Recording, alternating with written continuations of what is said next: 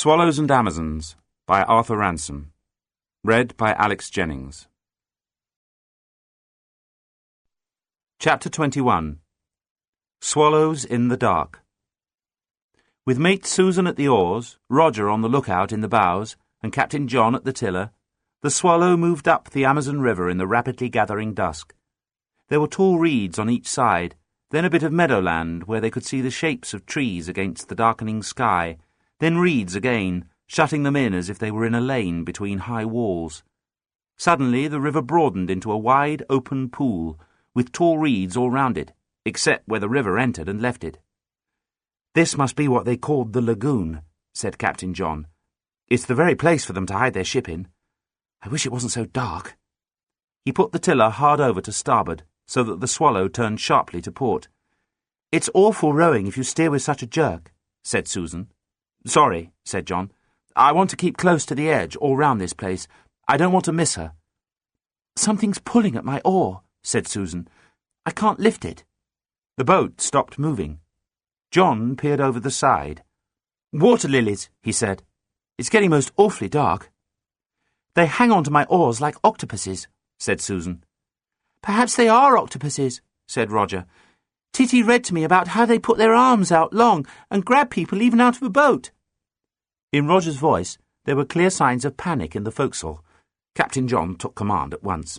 "Rubbish, Roger," he said. "They aren't octopuses. They're only flowers." He leaned over and picked one, not without difficulty. "Here you are," he said. "Give it to him, Susan. Let him see for himself.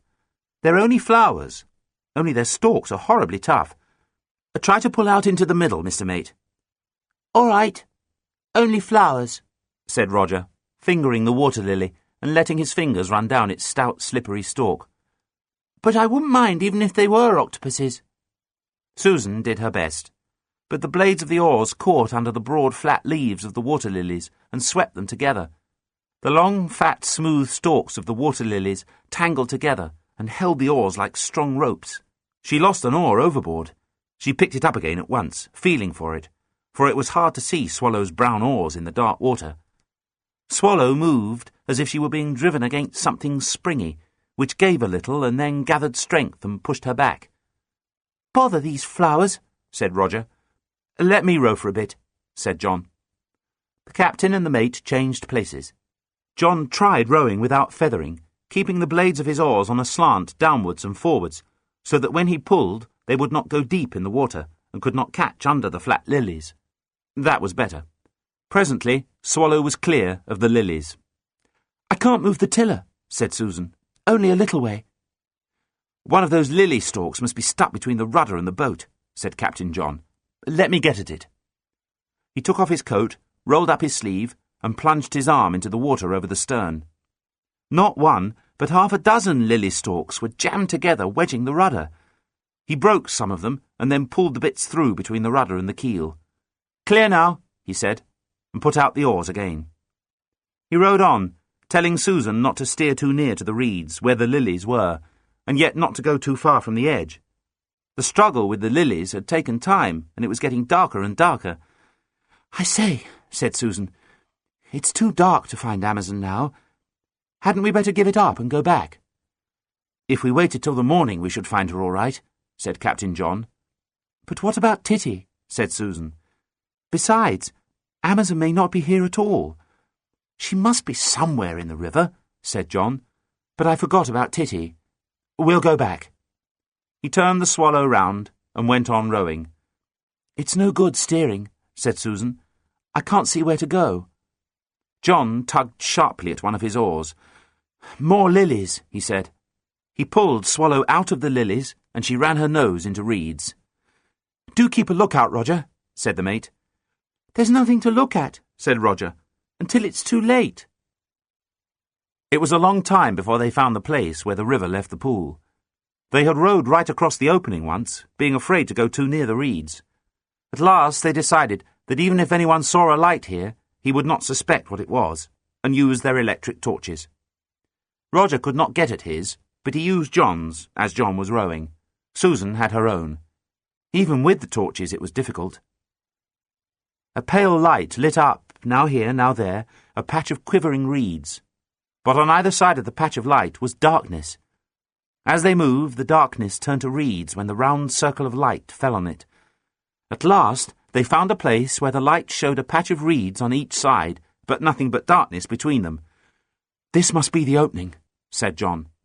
He pulled a stroke or two towards the darkness. There was still clear water round the Swallow, but the torches showed reeds on right and left. The reeds were all bent the same way, and though John was resting on his oars, the Swallow drifted on in the direction in which the reeds were sloping. She was in the river at last. John let the stream take the Swallow with it, using the oars only when she touched the reeds on either side. "Don't wave your torch in the air, Susan," he said, "or someone may see us. We must be getting near the house. Put yours out, Roger. We don't want to rouse the natives." Once or twice they ran into the reeds at bends of the river, but freed themselves without difficulty. Presently they saw the lights of the big house standing away from the water. "We must be near the boathouse now," said John. "Here it is," said Susan. John backwatered. "We must look into it again," he said, "just to make sure." Susan flashed her torch into the boathouse. A bat flew out almost into their faces. The big motor launch lay there as before, and the rowing boat.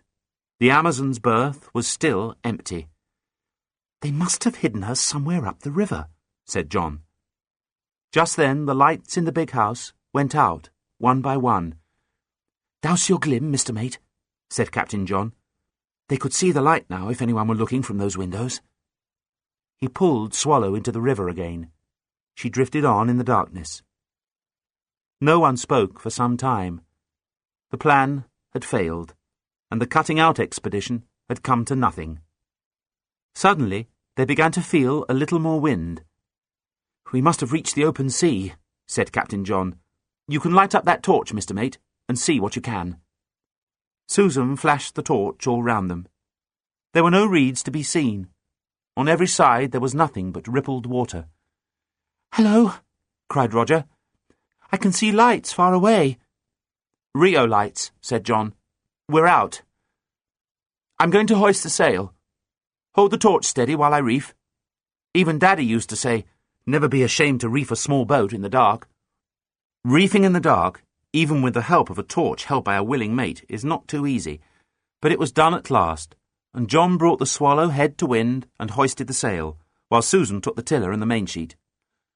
"Put her on the starboard tack," said John, as soon as she was sailing, "and keep her very full. We want to be sure that we are well clear of the rocks off the point." Even with the reef down, there was enough wind to send Swallow fast through the water, with a steady rippling noise under her bows. "We're sailing due east," said John presently. "How do you know?" asked Susan. "Look," said John. A broad patch of clear sky showed overhead, and in it the largest stars. "Look," said John. "There's the saucepan. There's its handle, there's its pot. And those two stars that make the front wall of the pot point to the North Star. There's the North Star. It's broad on our port beam, so we must be sailing east. And Rio lights are broad on the starboard beam, away in the south." "Why do the natives always call the saucepan the Great Bear?" said Susan. "I don't know," said John. "It isn't like a bear at all. It's more like a giraffe. But you couldn't have a better saucepan."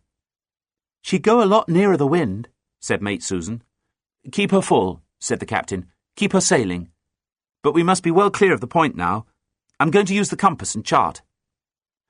The spirits of the Swallow's crew had risen very much now that they were at sea once more, and not fumbling in the dark with reed beds and water lilies. There is nothing like sea-room to cheer a sailor's heart. "Are you cold, Roger?" asked the mate. "Rather," said the lookout. "Get down below the gunwale and wrap yourself up in this blanket," said the mate, passing a blanket forward by way of the captain. John, too, crouched in the bottom of the boat. He got out the guidebook and found the chart in it with the help of his torch. Then he laid his compass on the middle thwart, so that the black line marked on the rim inside it was nearest to the bows. That was no good, because Swallow was heeling over, and the compass was on a slant, so that the compass card could not work. He had to hold it in his hand. Even then the card swung a good deal. He held the compass as steady as he could in one hand, while with the other he threw the light of the torch on it, and watched to see what point on the card was opposite the black line. It did not keep still, but swung first one way and then the other. Almost exactly east, he said at last. Now bring her closer to the wind. The mate put the tiller down a little at a time, and Swallow pointed nearer and nearer to the wind. East, east by south, east southeast, southeast by east, southeast, he said rapidly. She won't go much nearer than that, said the mate. Keep her so, said Captain John. Southeast it is, or jolly near it. He looked at the chart in the book. That'll take her to about here, and then she'll go perhaps a bit better than southwest on the other tack. But the trouble is, we don't know how far we go on a tack. We'll just have to sail fairly short tacks, and try to keep them about the same length. Then we shan't be going near the shore on either side. We'll be able to see by the Rio lights when we are getting near the islands. I'm going to count 100, and then we'll go about. Then I'll count 100 on the other tack before we go about again. Rio lights are going out, said Mate Susan. They were. One by one, the lights on the hill above Rio Bay disappeared. It must be awfully late, said Susan. The clouds swept over the stars again. There were no lights to be seen anywhere. The little Swallow rushed along in the darkness, Susan keeping her close to the wind, facing directly forward and putting the tiller up a little when she felt the hint of cold breath on her left cheek. 92, 93, 94, 95, 96, 97, 98, 99, 100. Ready about, said John. Susan put the Swallow about. For a moment the water was silent under her keel, and then, as she gathered speed, the pleasant galloping noise of the waves began again. You take the tiller, John, said the mate. I want to get out some chocolate for that boy. John took the tiller, counting steadily and slowly. He had the compass with him, and sometimes lit the torch and fixed it between his knees, and held the compass in its light. But it was really not much good, though he would have liked to think it was. The best he could do was to keep the ship sailing, and to see that she sailed about the same distance on each tack. And then, what if the wind had shifted a little? The mate got out the cake and chocolate. She and the captain found that they could do with some just as well as the boy. The boy, warm in his 2 sets of clothes and his blanket, was enjoying himself enormously. Wouldn't Titty have liked it? He said. Like what? Said Susan. Sailing like this in the dark, said the boy. Susan said nothing. She did not like thinking of Titty alone on the island for so long. John said nothing. For one thing, he was counting to himself and getting near 100. For another, the light of Susan's torch in the bottom of the boat, where she was cutting hunks of cake and breaking up chocolate, and the light of his own torch, when he used it to look at the compass, made the darkness of the night even darker than it really was. It was better than being stuck in the river, much better. But Captain John knew very well that he could not really tell how near they might be to the shore. He was the captain of the Swallow and must not wreck his ship. Daddy had trusted him not to be a duffer, and sailing in this blackness, he did not feel so sure of not being a duffer as he did by day. And there were no lights in Rio to help him. Everything was black. He could only keep on tacking against the wind, and he was wondering what he should do when Swallow came near the islands off the bay. And how would he know when she was coming near them? It would not do to let his crew know that he was worried. So he said nothing, except that he went on with his counting. Perhaps he counted a little louder than before. He reached 100, put Swallow about, and began again. 1, 2, 3, as she went off on the other tack. Backwards and forwards, Swallow scurried across the lake in the dark. The islands could not be far away. Suddenly, John stopped counting. Listen, he said. Trees. I can hear the wind in them. What's that? He flashed his torch over the side. There was the white splash of water breaking on a rock. The noise of wind in trees was close ahead. Let go the halyard, called John. Down with the sail. Grab the yard as it comes. Susan was as quick as she could be. She knew by John's voice that there was no time to lose. The sail came down in a rush. She gathered it in as well as she could. Then she flashed her torch into the darkness ahead. There's something close here, she said. Swallow drifted in smooth water. John put out the oars. It's here, said Susan. Close here. Pull your left. It's a landing stage. Swallow bumped softly against wood. "Hang on to it, whatever it is," called John. He shipped his oars. Then he scrambled forward. The torch showed the black, damp wooden beams of one of the landing stages used by the natives for their rowing boats. "Hold your torch up, Susan," he said. "I'm going ashore." Susan held up her torch. John was on the landing stage in a moment. "All right now," he said. "I've got the painter." He lit his torch, and Susan saw him as Swallow drifted back, standing on the landing stage and making fast the painter round a post. "We're all right here anyhow," he said. "Lucky for us not to hit that rock we passed. I wonder which island this is." He walked up the landing stage, lighting himself with his torch. Then he came back. "There's a notice which says, 'Private landing forbidden.' What are we to do?" said Susan. "Land," said Captain John. "At least, land if we want to. The natives are all asleep anyhow. We'll stay here until there's a little light. There's bound to be some light soon. Only duffers would try to get through the islands in dark as black as this." "What about Titty?" said Susan. "Titty's in camp. She's got a tent. She'll be all right. So are we now." Captain John was extremely happy. Now that the danger was over, he knew very well that they had as nearly as possible been duffers after all, racing about in the dark. And instead of being smashed on a rock, here was Swallow snugly tied up to a landing stage. Where they were did not matter. Dawn would show that. Susan said, "Roger, you better go to sleep." There was no answer. Roger was asleep already. John came back into the boat. "Look out you don't wake him," said Susan. John stepped carefully over the sleeping boy. "There are 2 more blankets," said Susan. "I'm not going to sleep," said John, making himself comfortable in the bottom of the boat. "You can." "I say, John," whispered Susan a minute or two later. Again there was no answer. A few minutes after that, she too was asleep. The wind blew away the clouds, and the stars shone out high over Swallow and her sleeping crew. The deep blue of the sky began to pale over the eastern hills. The islands clustered about Rio Bay became dark masses on a background no longer as dark as themselves. The colour of the water changed. It had been as black as the hills and the sky, and as these paled, so did the lake. The dark islands were dull green and grey, and the rippled water was the colour of a pewter teapot. When John woke, it was still long before sunrise, but it was quite light enough for sailing. He woke with a start, and some shame at having slept. He was glad he had been the first to wake. He knew at once where they were, moored to the landing stage on one of the smaller islands at the northern end of Rio Bay. He tried to cast off and get the sail up without waking the others, but as he moved, they stirred. Roger yawned and pulled himself up by the gunwale to look over the side.